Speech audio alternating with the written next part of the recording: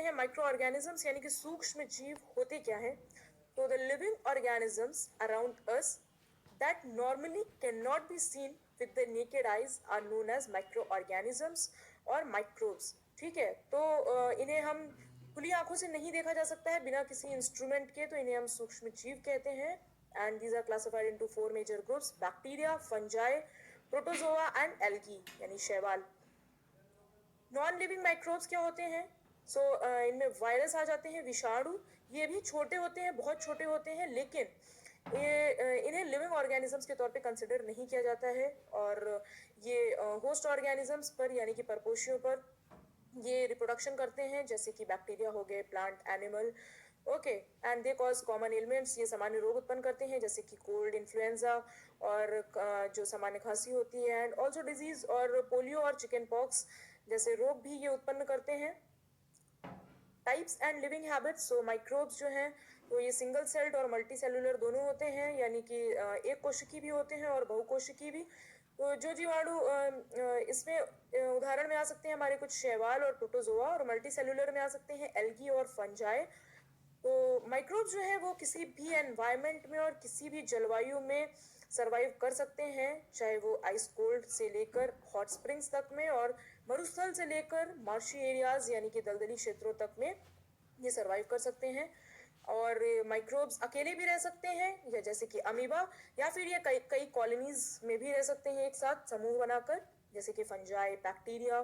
Okay, हमारी फफूंद हो गई और बैक्टीरिया, जीवाणु हो गए। टाइप्स ऑफ माइक्रो ऑर्गेनिजम्स, तो इसे दो तरह से इसका क्लासिफिकेशन किया जा सकता है: heterotrophic, autotrophic and solitary and colonial. Okay, micro organisms यानी सूक्ष्म जीवों के उपयोग क्या हैं? तो ये ऑर्गेनिक वेस्ट को हार्मलेस और यूजेबल सब्सटेंसेस में परिवर्तित कर देते हैं, जिन पदार्थों का हम उपयोग कर सकते हैं, जैसे कि जो पौधों के अवशिष्ट हैं उन्हें खाद में परिवर्तित कर देना। इसी के साथ साथ दही में भी कई सूक्ष्म जीव पाए जाते हैं, जैसे कि लैक्टोबैसिलस बैक्टीरियम।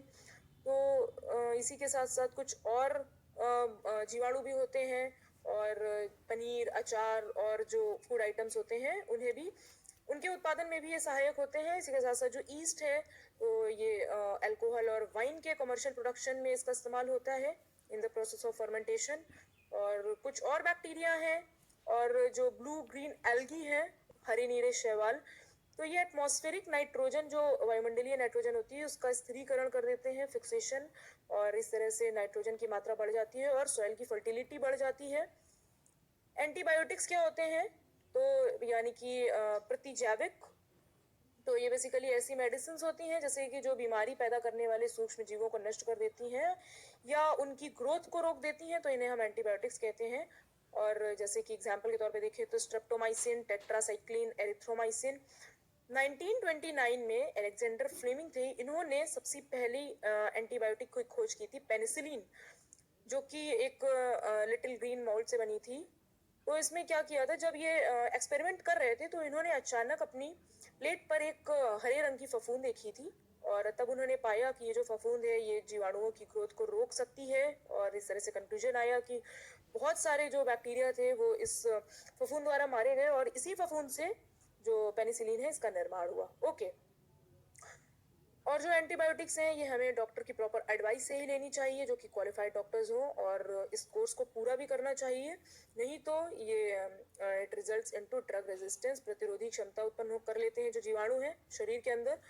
और antibiotics are not effective against disease cause by viruses such as cold and flu. तो कोल्ड और फ्लू के द्वारा होने वाले जो रोग हैं उनसे उनके विरुद्ध एंटीबायोटिक्स काम नहीं करती हैं।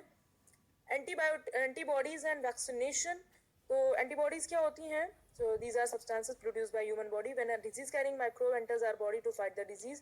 जब रोग कारक सूक्ष्म जीव हमारे शरीर में एंटर करते हैं तो उनसे लड़ने के लिए हमारी बॉडी एंटीबॉडीज उत्पन्न करती है, प्रतिरक्षी। ठीक है, तो शरीर को ये याद रहता है कि वही जो सूक्ष्म जीव अगर हमारे शरीर में फिर से एंटर करता है तो उससे किस प्रकार लड़ा जाए। ठीक है, तो वैक्सीनेशन क्या होता है? अगर किसी डेड या जो निष्क्रिय सूक्ष्म जीवों को किसी हेल्दी बॉडी में प्रवेश कराया जाता है तो शरीर की कोशिकाएं उसी के अनुसार लड़ने के लिए एंटीबॉडीज डेवलप कर लेती हैं, और ये जो एंटीबॉडीज़ हैं ये हमारे शरीर में हमेशा के लिए बनी रहती हैं और जो रोग कारक सूक्ष्म जीव हैं उनसे हमारी सुरक्षा करती हैं। ओके, तो इस तरह से ये जो वैक्सीन है ये काम करता है।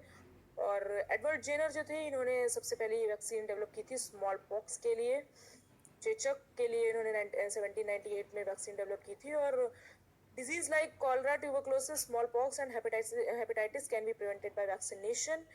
And in India 2 deadly diseases have been eradicated. तो भारत में 2 रोगों का पूर्णतया उन्मूलन किया जा चुका है, small pox and polio.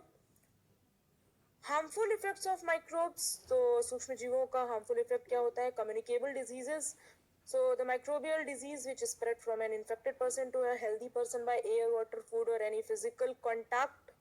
okay, तो जो ये जो रोग होते हैं तो ये एक स्वस्थ इंसान में इन्फेक्टेड पर्सन से पहुंच जाते हैं थ्रू एयर यानी वायु, जल और भोजन या फिजिकल कांटेक्ट से। एंड एग्जांपल के तौर पे देखें तो जैसे कॉलरा, हैजा और कॉमन कोल्ड, सामान्य जो सर्दी हो जाती है, और chicken pox, TB etcetera and pathogens. So these are the disease causing micro organisms carriers. ये रोग वाहक होते हैं दोज इंसेक्ट्स और एनिमल्स, तो ऐसे कीट और जंतु जो कि डिजीज को कैरी करते हैं। ओके, जो कि डिजीज मतलब डिजीज कॉजिंग माइक्रो ऑर्गेनिजम्स को कैरी करते हैं, रोग कारक सूक्ष्म जीवों को, और इस तरह से ये रोगों को फैलाते हैं। तो अगर हम एग्जाम्पल के तौर पे देखें तो मक्खी जो हाउस फ्लाई होती है एंड फीमेल एनोफ्लीज मॉस्किटो, तो ये मलेरिया के पैरासाइट को कैरी करती है। फीमेल एडीज मॉस्किटो जिससे डेंगू होता है, डेंगू वायरस को कैरी करती है ये। ओके, डिजीजेस बाय माइक्रोब्स, तो सूक्ष्म जीवों से होने वाले मनुष्यों में कौन कौन से रोग हैं? तो ट्यूबरक्लोसिस सबसे पहला, ये बैक्टीरिया से होता है और एयर से इसका ट्रांसमिशन होता है वायु के द्वारा। मीजल्स यानी कि खसरा, ये भी वायरस से होता है और वायु के द्वारा फैलता है। चिकन पॉक्स यानी कि हाँ, और ये वायरस से फैलता है, ये भी एयर या कांटेक्ट से। पोलियो, तो ये वायरस से फैलता है एयर या वायु या जल के माध्यम से। कॉलरा, हैजा या जो हैजा है और टाइफाइड, तो ये दोनों ही जल से फैलते हैं और बैक्टीरिया से फैलते हैं। ठीक है, micro organism. And hepatitis A, तो ये वायरस से फैलता है पानी के माध्यम से। मलेरिया ये प्रोटोजोआ के द्वारा फैलता है मच्छर से। Diseases by microbes in plants, यानी कि जो पौधों में होने वाले रोग हैं सूक्ष्म जीवों द्वारा, ये बैक्टीरिया से फैलता है। सिट्रस कैंकर जो है ये रोग है प्लांट में होने वाला, और ये वायु से फैलता है। गेहूं का रस्ट, तो ये फंजाई से फैलता है, एयर या सीड्स, बीजों के माध्यम से भी और वायु के द्वारा भी। येलो वेन मोज़ैक ऑफ भिंडी, ये वायरस से फैलता है, इंसेक्ट। ओके, ये जो कीट है ये कैरी करते हैं इसे। Several micro organisms not only cause disease in plants and humans but also in other animals, for example anthrax, so it is caused by bacterium in both human and animals. Foot and mouth disease, it is caused by virus in cattle. Preservation of food, खाद्य परिरक्षण, तो ये कई विधियों से किया जा सकता है, जैसे केमिकल मेथड यानी कि रासायनिक उपाय। तो ये नमक और जो खाद्य तेल होते हैं इनका उपयोग करके सूक्ष्म जीवों की वृद्धि रोकी जाती है। और एग्जाम्पल के तौर पे देखें तो सोडियम बेंजोएट और सोडियम मेटा बाइसल्फेट। ओके, और कॉमन सॉल्ट, तो इसका इस्तेमाल भी किया जाता है मीट, फिश, आंवला और इमली और जो कच्चे आम हैं उन्हें सुरक्षित रखने के लिए। शुगर, तो चीनी द्वारा भी परिरक्षण किया जाता है, जैसे जैम, जेली, स्क्वैश, इन सब का परिरक्षण चीनी द्वारा किया जाता है।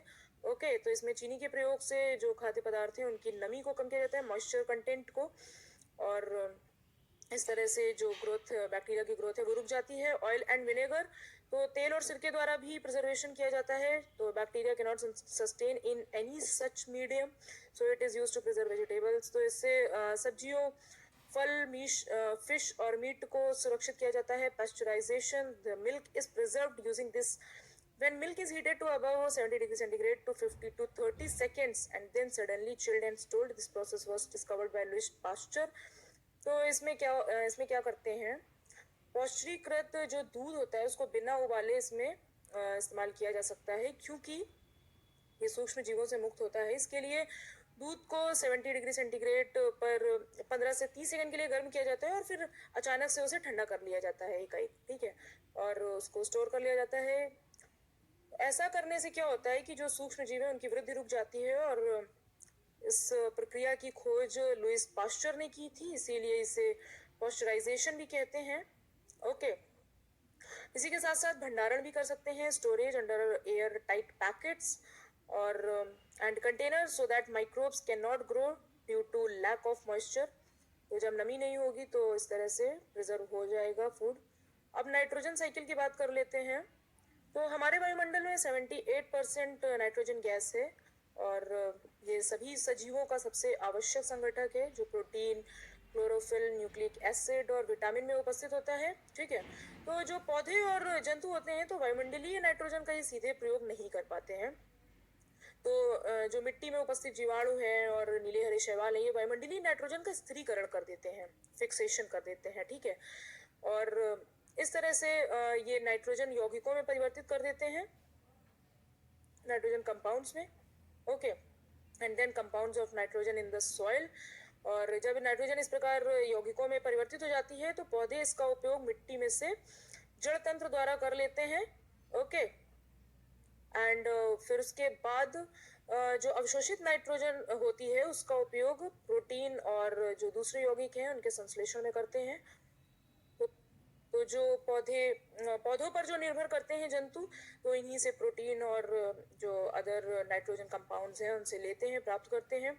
और जब पौधे और जंतुओं की मृत्यु हो जाती है, ओके, तो इसमें मिट्टी में उपस्थित जीवाणु और जो कवक है वो नाइट्रोजनी अपशिष्ट को नाइट्रोजन यौगिकों में परिवर्तित कर देते हैं, जो पौधों द्वारा पुनः उपयोग कर ली जाती है। और कुछ जो विशेष जीवाणु है वो नाइट्रोजन कंपाउंड्स को नाइट्रोजन गैस में परिवर्तित कर देते हैं, जो फिर से वायुमंडल में चली जाती है। ओके, तो इस तरह से वायुमंडल में जो नाइट्रोजन की मात्रा है वो लगभग स्थिर रहती है, और इस तरह से नाइट्रोजन साइकिल चलती रहती है।